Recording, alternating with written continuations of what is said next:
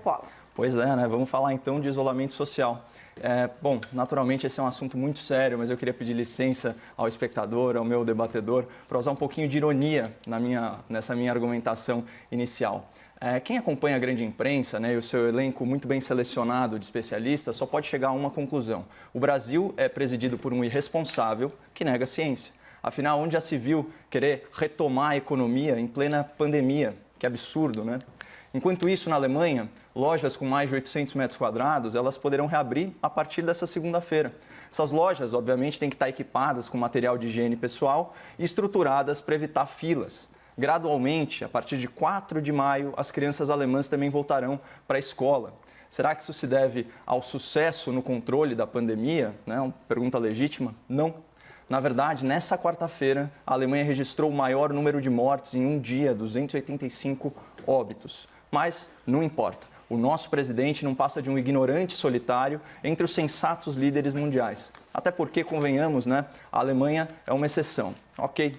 Vamos falar então dos dois países proporcionalmente mais afetados pela pandemia, Itália, Espanha. Somados, esses países já contabilizam mais de 40 mil vítimas fatais do novo coronavírus, uma tragédia. Por isso, as autoridades italianas elas são muito rigorosas e só autorizam a abertura de lojas que respeitem as seguintes precauções: disponibilizar álcool em gel para os clientes, usar máscara em local fechado e utilizar luvas descartáveis para manipular alimentos e esse tipo de coisa. Livrarias, lavanderias, conveniências e até loja de roupa, né, estão reabrindo desde terça-feira. E o mesmo vale para uma série de prestadoras de serviço, pequenas indústrias e comércio. Mas quando o nosso presidente fala em reabrir as fábricas e as lojas, ele mostra que ele é um genocida. Enquanto isso, na capital da Espanha, 300 mil trabalhadores classificados como não essenciais já foram autorizados a voltar ao trabalho, inclusive profissionais da construção civil, o que é ótimo para os espanhóis, porque o FMI projetou uma queda de 8% no PIB deles em 2020 e eles sabem que empobrecer também mata, até num país rico. Mas a polícia espanhola, por sua vez, tem um controle bem rígido da população nas estações de metrô, de trem e de ônibus. Ela está distribuindo gratuitamente 10 milhões de máscaras cirúrgicas para os passageiros. E só fazendo um parênteses, com o dinheiro do fundão eleitoral, que o Congresso se recusou a devolver para o combate à pandemia, seria possível comprar pelo menos 1 bilhão de máscaras ou fabricar milhões delas. Mas, comparado ao nosso presidente diabólico, nós temos um Congresso de anjos, não é mesmo? Bom, Noruega, Dinamarca, República Tcheca, Alemanha, Espanha, Itália, essas são todas nações desenvolvidas, com lideranças políticas respeitadas. Eles já optaram pela retomada gradual, cautelosa da economia. Para eles, essa é a forma mais científica de lidar com a pandemia. Mas o nosso presidente, que defende a mesmíssima coisa, é um louco, exterminador de pobres e velhinhos, que claramente deseja o mal do Brasil, porque ele tem muito a ganhar com isso, né? Então, só fechando meu raciocínio, precisa de muita ironia para suportar a desonestidade intelectual e a hipocrisia daqueles que se dizem defensores da ciência, mas que fecham os olhos para evidências científicas de que a recessão pode ser muito mais mortal que a pandemia. E isso tem que ser debatido com o seu devido protagonismo. Suas primeiras considerações, Augusto, por favor. Boa noite a todas e todos. Eu acho que, inicialmente, é importante deixar claro uma coisa. Um debate, principalmente sobre um tema como esse, não deve ser feito com base no achismo, certo? Então, tudo que eu vou falar aqui hoje, eu tomei como base fatos. Fatos que ou eu apurei através de leitura de fontes seguras ou conversei com pessoas especializadas. E, a partir desses fatos, eu posso, no máximo, chegar a uma opinião. Mas o que eu pretendo trazer aqui para o espectador hoje são fatos. Quais o primeiro conjunto de fatos que eu gostaria de trazer? Todos os países desenvolvidos e que sofrem com essa pandemia têm seguido o isolamento da forma como o Brasil segue. Alguns, como o Caio mencionou, estão flexibilizando esse isolamento, mas eles saíram do patamar muito acima do que nós já estamos, que é o lockdown. O Brasil não está em lockdown. Vários desses países citados pelo Caio estão em lockdown. Então, eles estão descendo de um degrau que nós ainda não estamos. Esse é o primeiro fato. O segundo fato, que é recomendado pela esmagadora maioria dos especialistas manter este tipo de isolamento. Terceiro fato, todas, aí não a maioria, todas as entidades representativas médicas continuam sustentando que o isolamento da forma como ele está sendo feito, horizontal, é a melhor forma de achatar a curva da pandemia. O segundo conjunto de fatos, há 2 estudos científicos recentes publicados especificamente sobre a Covid-19. Em ambos esses estudos, há sugestões, indicações bastante relevantes de que esta forma de restrição de locomoção, distanciamento social e isolamento são as únicas formas de se conter a propagação maior da pandemia. Não há um estudo científico sequer que diga o contrário, mas ainda não há sequer textos de especialistas, textos recentes que digam o contrário, que sustentam que a gente pode, neste momento, começar no Brasil, nas condições do Brasil, a abrir esse isolamento. A União Europeia, e aí cabe bem com essas palavras do Caio, de que alguns países, de fato, ainda bem, já conseguem flexibilizar esse isolamento, hoje publicou algumas recomendações, mais do que recomendações, informações de quais seriam os critérios para esses países começarem a flexibilizar o isolamento. Eu peguei alguns deles. O primeiro é que os governos devem estar seguros que a propagação do contágio diminuiu. O Brasil tem um problema gravíssimo de subnotificação. Nós não sabemos ainda quantas pessoas estão infectadas. Primeiro problema, para atender esse critério, nós já teríamos. O segundo, devem ter leitos de UTI disponíveis. Hoje, em São Paulo, no Hospital Emílio Ribas, no hospital de referência, 100% dos leitos foram ocupados. Terceiro ponto, os países têm que estar preparados para fazer teste em massa. O Brasil está a léguas de distância de fazer teste em massa. Testamos cerca de 300 pessoas por 1 milhão de habitantes, muito abaixo do que a imensa maioria dos países. E por último, os governos devem ter desenvolvido uma capacidade de monitorar a população doente. Esse foi o tema do debate de ontem. Nosso presidente é contra qualquer tipo de monitoramento da população. Então, estamos ainda, infelizmente, longe de atender sequer proximamente desses critérios que a comunidade europeia impôs para esses países que o Caio citou começarem a sair, muitos deles de um lockdown para outro tipo. Então, infelizmente, eu sei que eu gostaria de dar uma opinião, e aqui é uma opinião, melhor do que essa, mas infelizmente, neste momento, nós temos que manter o isolamento da forma como ele está colocado. Então vamos lá, Caio e Augusto, por que nós colocamos esse assunto? Porque durante todo o dia, durante a programação, houve aquela entrevista coletiva do ministro da Saúde, junto com a equipe técnica, né? O ministro da Saúde, Luiz Henrique Mandetta, uma entrevista coletiva em tom de fim, em tom de tchau. E aí esse é elemento também para vocês continuarem nessa discussão. Vamos lá.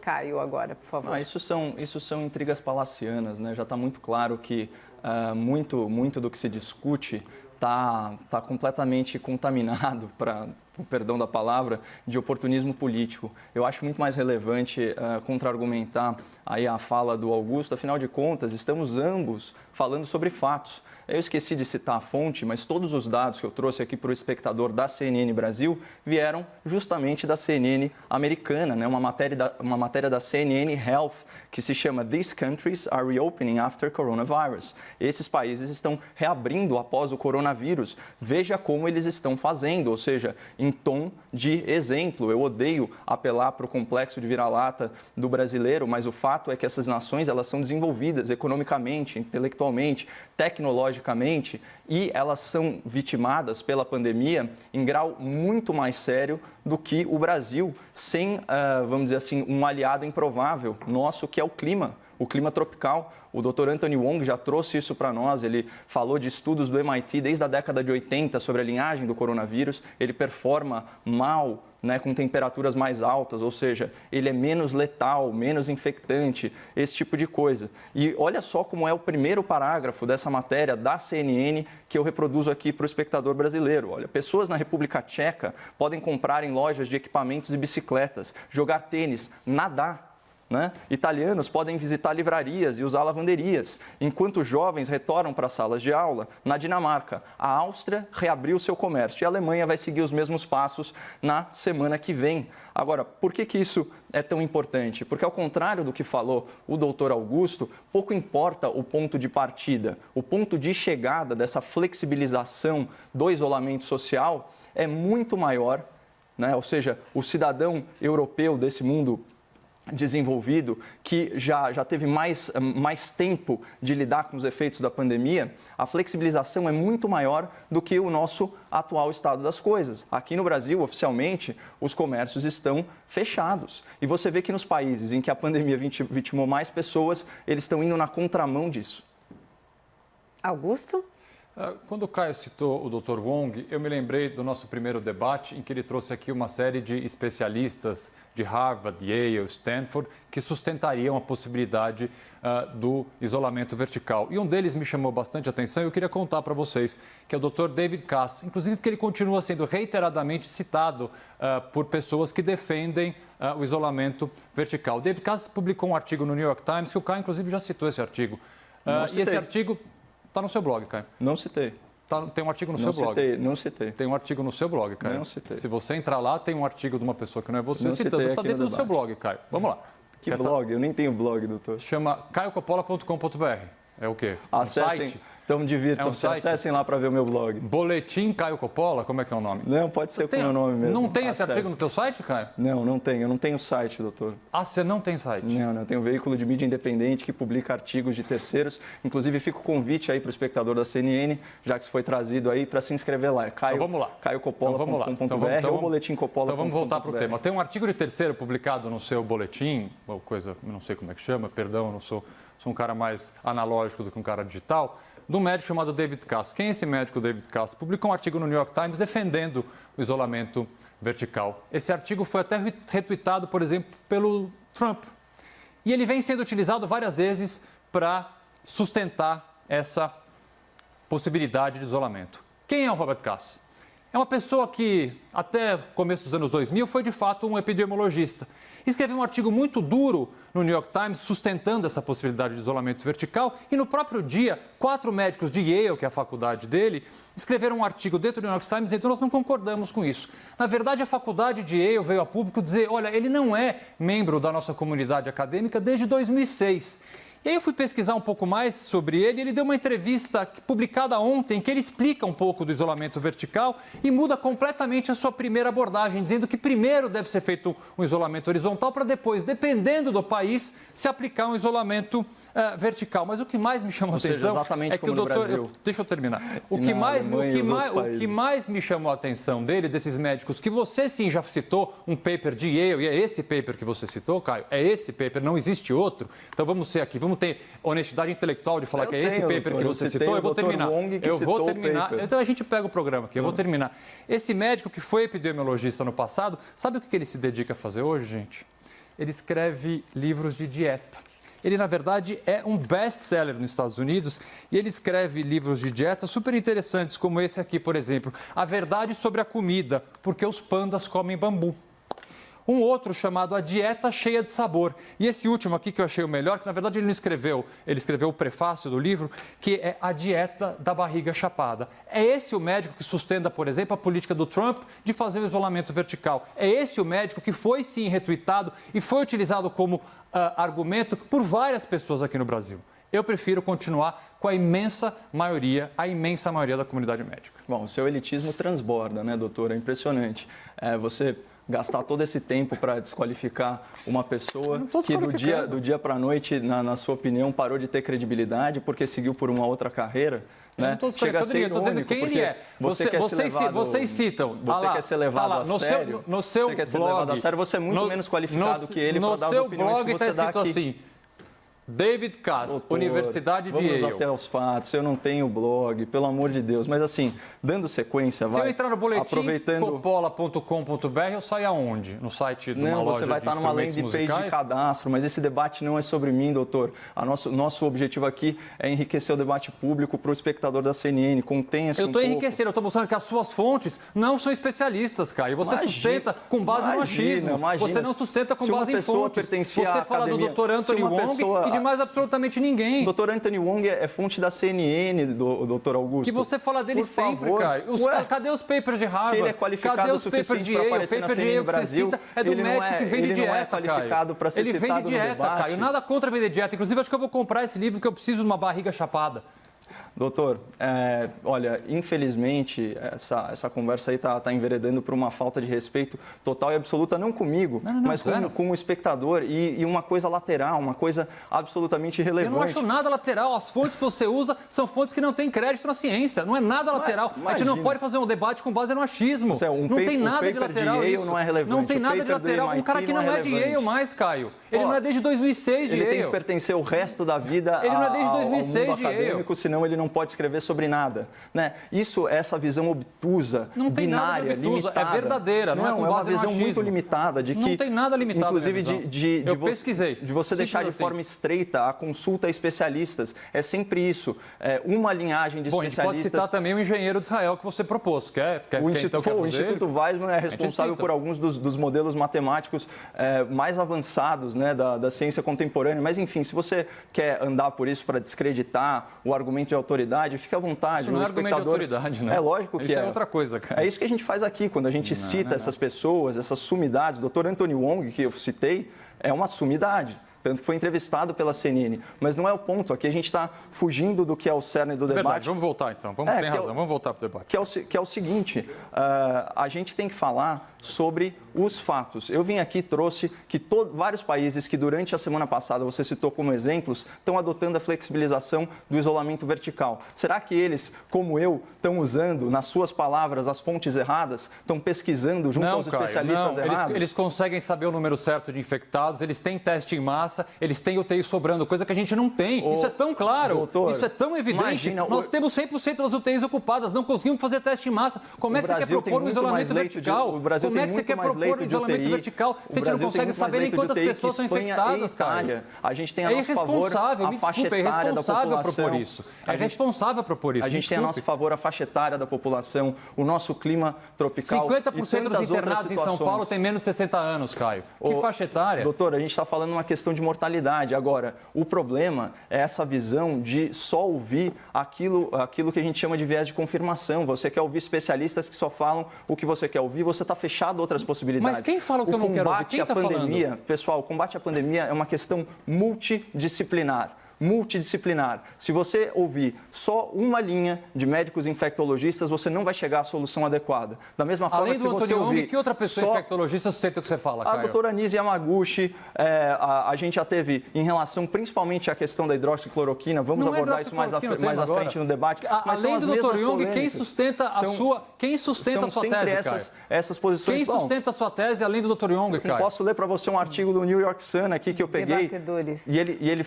Perdão, o tempo foi por água abaixo, desculpe. Caio. Não há problema algum o debate esquentar, né? Enfim, isso acontece, mas só entender que quando um fala, o outro precisa pelo menos ouvir o final, né? Para que a gente tenha o entendimento do telespectador. Quem está nos acompanhando tanto na internet quanto na TV, se vocês falam ao mesmo tempo... Enfim, fica incompreensível, mas o debate é de vocês. O Caio estava com a palavra agora, eu queria que o Caio completasse o que você estava falando, Caio, por favor. Não, sem problema, até porque mesmo... Enfim, é só para que a gente tenha o tom certo do debate. Temos que ser compreendidos. Vocês concordam? Com certeza. Então, por favor, Caio. Mas eu acho que o telespectador conseguiu compreender tudo o que está acontecendo aqui. E não adianta gritaria mesmo para silenciar as vozes dissonantes. É isso que setores da grande imprensa fazem, é isso que a grande mídia faz. Tentam abafar as vozes na gritaria, desmerecendo, fazendo patrulha ideológica, fazendo assassinato de reputação de terceiros, de quem ousa e contra a narrativa majoritária. Eu trago para vocês aqui um artigo do New York Sun, certo? Que é assinado pelo Edward Lampert. Ele faz uma comparação muito interessante, né? E agora, voltando para os fatos, ele diz o seguinte: a América, ele fala especificamente sobre os Estados Unidos, tem respondido à pandemia da Covid-19 como se fosse um furacão, ou seja, fique em casa até o furacão passar. Uma abordagem mais construtiva e muito mais realista seria tratá-la como o ato de dirigir um carro, ou seja, você encontra regras para reduzir o risco, sob pena da gente parar de viver por causa do medo da contaminação. E aí as consequências de médio prazo, principalmente as relacionadas à recessão econômica, elas podem ser gravíssimas. A gente sempre falou aqui, queda de renda aumenta a mortalidade, isso no plano da pessoa física, mas também queda de arrecadação tributária, né? Ela impede que o poder público invista no sistema público de saúde. E quem vai pagar por isso é justamente o povo mais vulnerável, né? Então, da mesma forma que dirigir um carro é um comportamento individual que tem consequências coletivas também é o nosso comportamento em relação à pandemia. Então, eu acho que esse é o paralelo que tem que nos orientar, porque do jeito que está, essa abordagem de furacão, se trancafiar em casa, isso não está resolvendo o problema. Tanto que países que estavam em lockdown, como é o caso da Itália, um dos motivos deles terem desistido, além da iminência da queda dos seus respectivos PIBs, é que o tal do achatamento da curva não estava funcionando. Caio, você colocou a questão da Itália, precisamos ser fiéis aos fatos, né? Tivemos uma situação absolutamente surreal em Milão, no norte da Itália. No começo da crise, o prefeito de Milão foi contra o isolamento, relaxou ali as medidas. Um mês depois, ele fez um vídeo que o mundo inteiro mostrou, ele pedindo perdão pelo número de mortes, e aí ele de fato entrou com medidas mais sérias de isolamento, e a gente viu então a ascensão da pandemia, o aumento da pandemia reverter e ter uma redução drástica. Por isso, esse retrocesso de agora. Mas, é apenas uma informação. Atrás, então isso mostra que não tem uma relação de causa e efeito. Exato. É uma informação, mas não necessariamente exprime causa e efeito. É um fato apenas sobre a situação da Itália. Essa é uma informação, a gente tem que ser fiel aos fatos. E, por favor, continue então o debate, porque a minha participação aqui é essa. Deixa eu só pegar para vocês debaterem, por favor. gancho agora com bastante calma. À vontade, em homenagem vocês. principalmente ao espectador, sobre essa expressão que o Carlos usou mais de uma vez, que é a narrativa majoritária. É que a gente não pode sempre se fiar na narrativa majoritária. Eu concordo com o Caio. Eu acho que a gente não pode, muitas vezes, em vários campos, seja na literatura, na música, no direito, é óbvio que as correntes minoritárias, às vezes as correntes únicas, elas devem ser motivo de atenção, de debate, de discussão e nunca podem ser desprezadas. Mas eu acho que é o seguinte, no meio de uma pandemia que está matando centenas de milhares de pessoas, não é a hora da gente se filiar numa corrente minoritária. É hora da gente se filiar, sim, numa narrativa majoritária. Porque para se fiar, por exemplo, numa corrente minoritária, a gente poderia simplesmente pegar um médico de Georgetown, bastante famoso, que é um médico antivacina. Existe uma corrente minoritária, por exemplo, no ambiente de vacina. Existe um movimento anti-vacina nos Estados Unidos. Você quer se fiar exatamente a essa corrente minoritária que defende que vacina é uma coisa desnecessária? Eu não quero. No momento de pandemia como o nosso, eu quero sim ser conservador, absolutamente conservador com a medicina e me filiar sim, o que na maioria dos especialistas, e tem que ser especialistas da área, com todo respeito às outras áreas, o doutor David Katz pode ser um excelente médico de dieta, mas ele é um médico que se dedicou nos últimos quase 20 anos a tratar de dieta. Eu acho que não é a especialidade correta para, nesse momento, vir dar pitaco se a gente deve fazer um isolamento vertical ou isolamento horizontal. É só isso. Acho que entendo que as correntes minoritárias sempre têm que ter voz, mas no momento de pandemia eu vou sempre me filiar à corrente majoritária. Não, o que a gente vai perceber aí ao redor do mundo é uma migração. Então vai ser um prazer, já que você se fia à corrente majoritária, conforme os países um a um forem aderindo a um isolamento mais racional, mais científico, que não trata os iguais de forma desigual e os desiguais de forma igual, você então vai ter que voltar atrás no seu posicionamento. Porque você citava como exemplo os mesmíssimos países que eu citei. E você pode falar em 1000 estudos, o que a gente está verificando na prática é a confirmação do que eu venho advogando aqui. Você combater uma pandemia é uma questão multidisciplinar, você tem que ouvir múltiplas ciências no intuito, óbvio, de salvar a maior quantidade de vidas humanas. Então tem muita coisa que está em jogo, além de uma visão excessivamente cautelosa de setores da infectologia. E agora, quando eu trago um virologista, que foi validado inclusive pela CNN Brasil, e você promove um assassinato de reputação dele no debate público, eu não consigo entender como isso contribui para uma discussão democrática. Você trouxe o Dr. Ong, que eu nem conheço, eu nem assisti a entrevista do Dr. Ong. Eu falei do David Katz, que é outra, ainda porque tem um artigo que você está falando. Publicou no seu portal de comunicação. Se não é blog. Errou de novo. Bom, como é que chama, Caio? Pelo amor de Deus. Informe-se antes, doutor. As redes sociais eu sou velho, eu sou mais velho que você. Eu sou mais velho que você, Caio. Eu não estou tão acostumado com isso, desculpe. Então não traga isso para o debate, é só não, isso. Claro, óbvio que eu não vou trazer. Mas como eu não vou trazer? Foi publicado ontem, é só Não, você traga entrar o que lá. você não O espectador conhece. pode trazer. Não, eu conheço, Caio. Eu só não sei o termo do veículo de comunicação que você usa. Só isso. Mas há um artigo ali que cita um médico de dieta. Isso é fato, gente. Entra lá. É fato. Eu comecei o debate dizendo que aqui achismo não tem. Aqui tem fato.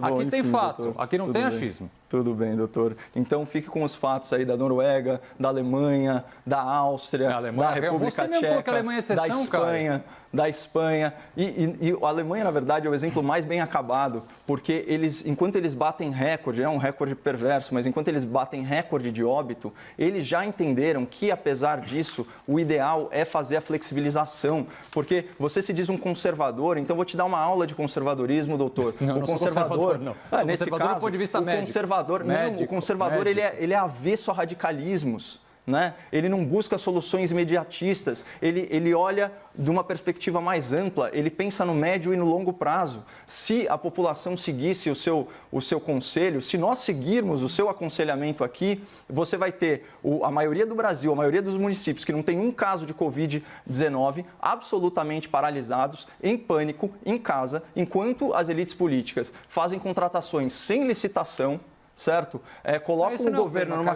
Não, mas isso é importante, porque isso vai quebrar o país. Pelo amor de Deus. Isso vai quebrar o país. Você quer saber qual que é o maior problema? De novo, tá bom, agora. eu posso mudar o tema, não tem problema. Vamos falar da má gestão pública, né? Você fala que eu só critico a imprensa. Você tem assistido as reportagens, reportagens do Roberto Cabrini, então o jornalista premiado. Você viu o que ele mostrou num hospital de São Paulo? São Paulo é a cidade mais rica do Brasil. O hospital municipal, dirigentes de um hospital municipal chegaram ao cúmulo, né, de encenar, fazer um teatro para a imprensa, trazendo respiradores de última geração e leitos de UTI. E assim que a imprensa saiu, eles retiraram esses equipamentos, certo? E a realidade que se verifica é o quê? Você tem pacientes contaminados, misturados com pacientes suspeitos de contaminação e falta material, falta EPI, né, equipamento de proteção individual, para todo o staff do hospital. Então, quando eu venho aqui falar contra as elites políticas que estão só preocupadas com reeleição, é disso que eu estou falando.